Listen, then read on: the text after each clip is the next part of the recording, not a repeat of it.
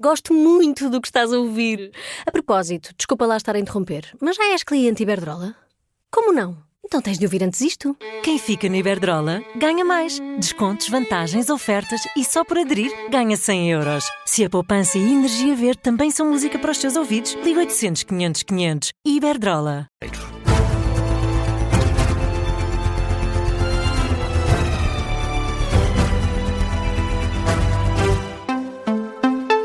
Está no ar o Jornal da Uma com a edição do Miguel Videira. Miguel, começamos este jornal da 1 da tarde com um combate. De um lado o vento, do outro uma parte do telhado da estação de comboios de Santa Apolónia e ganhou o vento. E o telhado foi parar ao chão, ao meio da via pública, onde está a esta hora o jornalista do Observador Vasco Maldonado Correia.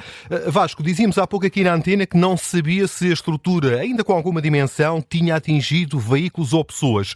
Atingiu? Veículos sim, pessoas não, Miguel. Foram atingidas cerca de ou 7 a 8 automóveis. Nesta altura ainda não foi possível precisar em concreto, mas não há ninguém em perigo, não há feridos. Há apenas registro de uma pessoa que estava a estacionar o carro quando o telhado acabou por cair em cima do carro, mas sem o danificar.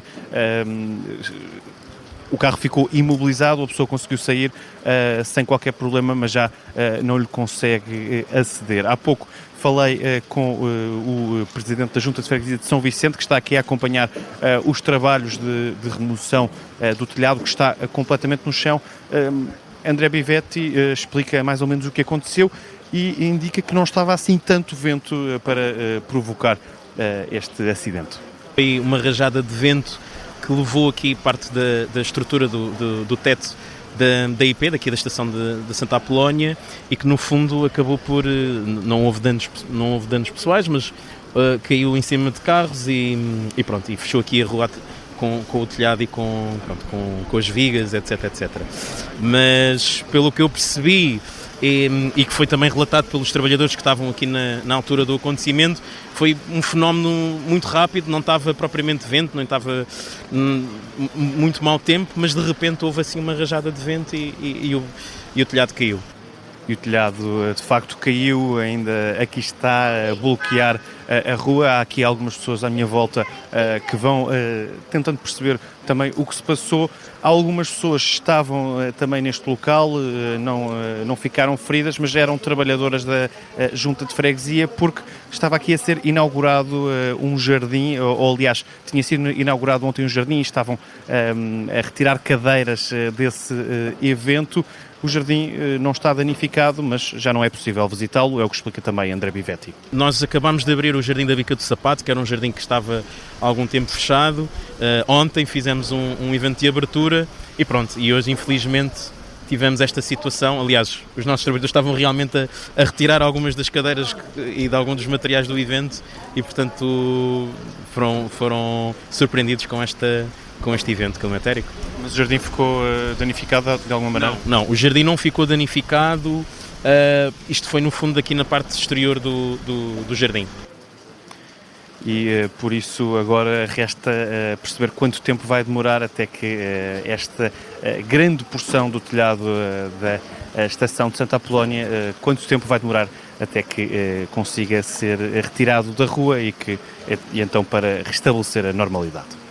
Vasco Maldonado Correia, jornalista do Observador, nesta altura junto à estação ferroviária de Santa Apolónia, onde uma parte do telhado do edifício caiu no meio da via pública. Foram atingidas algumas viaturas, como escutámos através deste relato do Vasco Maldonado Correia. E Miguel, a Proteção Civil fez há instantes um balanço do mau tempo. A região centro registra o maior número de ocorrências. 49 no total, segue-se a região de Lisboa e Val do Tejo com 42 e o norte do país com 33.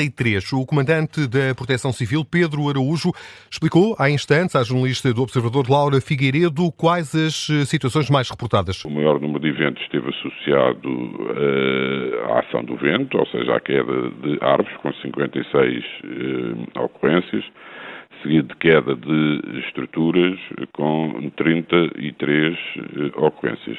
Até o momento não foi reportado qualquer incidente com vítimas. É este o ponto de situação feito há instantes pela Proteção Civil. O Observador, a região centro do país, é aquela onde se registra o maior número de ocorrências. E o Governo vai apresentar uma proposta de aumento do subsídio de refeição para a função pública já para o próximo ano. É o que diz a fonte do Ministério das Finanças aos jornalistas no final da reunião com os sindicatos representativos dos trabalhadores do Estado. O valor vai ser apresentado numa próxima reunião, que ainda não tem data.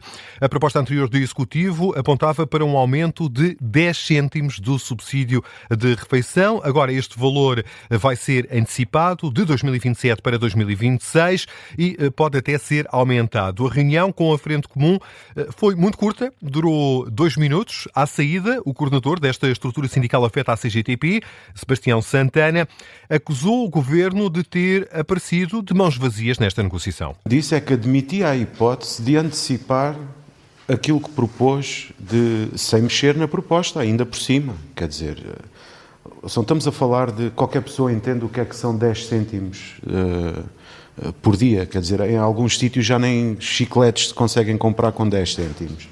Portanto, isto não é uma negociação. Um orçamento de Estado que é feito para dar benefícios ao grande capital e continua a meter os trabalhadores da administração pública que seguram os serviços públicos deste país, em muitos casos, com muitas dificuldades e com muito sacrifício para fazer as coisas continuarem a prestar um serviço público de qualidade. A resposta que tem do Governo é esta. Sebastião Santana, o coordenador da Frente Comum, sindicato que esteve 2 minutos reunido com a Secretária de Estado da Administração Pública. Já José Abraão, da FESAP, a Frente Sindical da Administração Pública, afeta ao UGT, dá conta desta intenção do Governo de antecipar um aumento do subsídio de refeição, mas reforça que um valor de 10 cêntimos fica muito abaixo do necessário.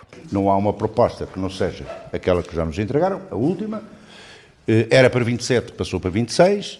Esperamos que os 10 cêntimos possam claramente ser superiores àquilo que nos apresentaram, por ridículo que era, já que o último aumento que tivemos foi justamente em 2023. José Abraão, da FESAP, em declarações aos jornalistas no final da reunião com a Secretária de Estado da Administração Pública.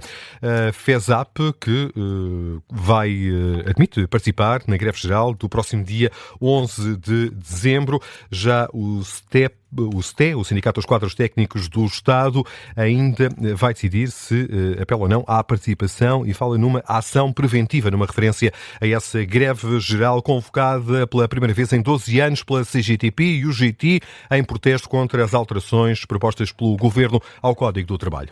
Operação Influencer, neste jornal da UMA, a Procuradoria-Geral da República esclarece que Amadeu Guerra desconhecia que não havia recursos pendentes sobre o processo na relação de Lisboa. Um esclarecimento que surge depois do Expresso noticiar que o Tribunal negou estar a apreciar qualquer recurso dos arguidos. Amadeu Guerra, na semana passada, tinha justificado o atraso na conclusão da investigação da Operação Influencer com um recurso interposto pelos arguidos que ainda estaria a ser apreciado pelo Tribunal da Relação. Ora, o Presidente do Tribunal da Relação diz ao Semanário Expresso que não há qualquer recurso pendente. E a Procuradoria-Geral da República vem agora explicar que o acórdão em causa chegou apenas ontem ao DCIAP, ao Departamento Central de Investigação e Ação Penal do Ministério Público, e que até esse momento a inexistência de recursos não era do conhecimento dos magistrados do Ministério Público ou do Procurador-Geral. A investigação da Operação Influencer continua. E Miguel, vamos agora ficar a conhecer a avaliação do Conselho de Arbitragem da Federação Portuguesa de Futebol ao desempenho dos homens do apito na primeira fase do campeonato. Sim, fizeram hoje uma avaliação às primeiras jornadas do campeonato. As últimas semanas têm sido marcadas por várias críticas aos homens do apito. Ora, o Conselho de Arbitragem faz uma avaliação globalmente positiva do desempenho dos árbitros. Luciano Gonçalves diz que os árbitros são treinados para lidar com pressão. Diz também este pretexto que não vale a pena os clubes fazerem pressão mediática a pretexto da nomeação para os jogos. Certamente os treinadores também, há adeptos que não querem que coloque o jogador A ou o jogador B e o treinador tem que tomar decisões. E aqui é igual. O Conselho de Arbitragem tem que tomar decisões garantindo sempre aquelas duas coisas que eu disse. Princípio da responsabilização e fazendo a gestão do grupo em si, ou seja, não será por um treinador ou por um clube ou por qualquer outro agente não gostar ou não querer aquele árbitro que a gente não irá nomear. Luciano Gonçalves, que abordou também o episódio da televisão no balneário do árbitro Fábio Veríssimo no jogo do Porto frente ao Santa Clara, diz que este caso é inédito e sublinha mais uma vez a ideia de que os homens do apito estão habituados a lidar com a pressão. Mas os árbitros são treinados, são preparados quando chegam ao futebol profissional para lidar com pressão. A direção técnica, o Conselho de Arbitragem, a direção técnica treina-os nesse sentido, o Conselho de Arbitragem e a sua secção profissional dá-lhe suporte para que eles estejam tranquilos. Aqui ninguém arrebenta ninguém, ninguém irá arrebentar com nenhum árbitro. O árbitro, se descer de divisão, seja o A, o B ou o C, irá descer por resultados menos positivos. Luciano Gonçalves, o Presidente do Conselho de Arbitragem, excertos da conferência de imprensa que decorreu há pouco sobre a apreciação que o Conselho de Arbitragem faz ao desempenho dos homens do apito nesta primeira fase do campeonato. E a marcar o ponto final no Jornal da Uma.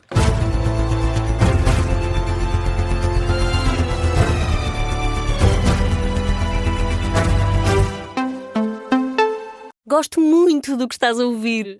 A propósito, desculpa lá estar a interromper, mas já és cliente Iberdrola? Como não? Então tens de ouvir antes isto. Quem fica na Iberdrola ganha mais. Descontos, vantagens, ofertas e só por aderir ganha 100 euros. Se a poupança e a energia verde também são música para os teus ouvidos, liga 800 500 500. Iberdrola.